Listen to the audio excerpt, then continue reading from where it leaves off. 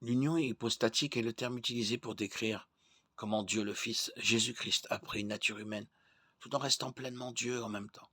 Jésus a toujours été Dieu, mais lors de l'incarnation, Jésus est devenu un être humain. L'ajout de la nature humaine à la nature divine et Jésus, le Dieu homme, c'est l'union hypostatique. Jésus-Christ, une seule personne, pleinement Dieu et pleinement homme. Jésus leur dit, en vérité, je vous le dis, avant qu'Abraham fût, je suis. Jean 8, 58. Moi et le Père, nous sommes un. Jean 10, 30. Et la parole a été faite chair, elle a habité parmi nous, pleine de grâce et de vérité. Et nous avons contemplé sa gloire, une gloire comme la gloire du Fils unique venu du Père. Jean 1, 14. Les deux natures de Jésus, humaine et divine, sont inséparables. Jésus sera à jamais le Dieu homme, pleinement Dieu et pleinement humain. Deux natures distinctes en une seule personne. L'humanité et la divinité de Jésus ne sont pas mélangées, mais sont unies, sans perte d'identité distincte. Jésus a parfois agi avec les limites de l'humanité, et d'autres fois dans la puissance de sa divinité. Dans les deux cas, les actions de Jésus provenaient de sa seule personne. Jésus avait deux natures, mais une seule personnalité. Et il dit, apportez-les-moi ici. Alors il fit asseoir la foule sur l'air, puis il prit les 5 pains et les 2 poissons, leva les yeux au ciel et prononça une bénédiction. Puis il rompit les pains et les donna aux disciples qui les donnèrent à la foule. Et tous mangèrent et furent rassasiés. On emporta 12 paniers pleins de morceaux qui restaient. Ceux qui mangèrent étaient environ 5000 hommes, sans compter les femmes et les enfants. Matthieu 14, 18, 25. Jésus exprimait la puissance de sa divinité. Jean 11, 43.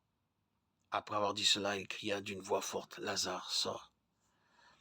La doctrine de l'union hypostatique est une tentative d'expliquer comment Jésus pouvait être à la fois Dieu et homme. Mais c'est en fin de compte une doctrine que nous sommes incapables de comprendre pleinement. Il nous est impossible de comprendre pleinement comment Dieu agit. En tant qu'être humain doté d'un esprit limité, nous ne devons pas nous attendre à comprendre totalement un Dieu infini. Jésus est le Fils de Dieu, en ce sens qu'il a été conçu par le Saint-Esprit. Mais cela ne signifie pas que Jésus n'existait pas avant d'être conçu. Jésus a toujours existé. Lorsque Jésus a été conçu, il est devenu un être humain, en plus d'être Dieu. Jean 1, 1, 14. Au commencement était la parole était avec Dieu, et la parole était Dieu. Jean 8, 58. Jésus leur dit, en vérité, je vous le dis, avant qu'Abraham fût, je suis. Jean 10, 30. Moi et le Père, nous sommes un. Jésus est à la fois Dieu et homme. Jésus a toujours été Dieu. Mais il n'est devenu un être humain qu'après avoir été conçu par Marie.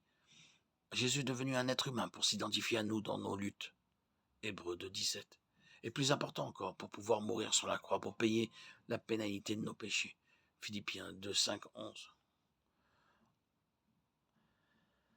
L'union hypostatique enseigne que Jésus est à la fois pleinement humain et pleinement divin, qu'il n'y a ni mélange ni dilution de l'une ou l'autre nature, et qu'il est une personne unie pour toujours.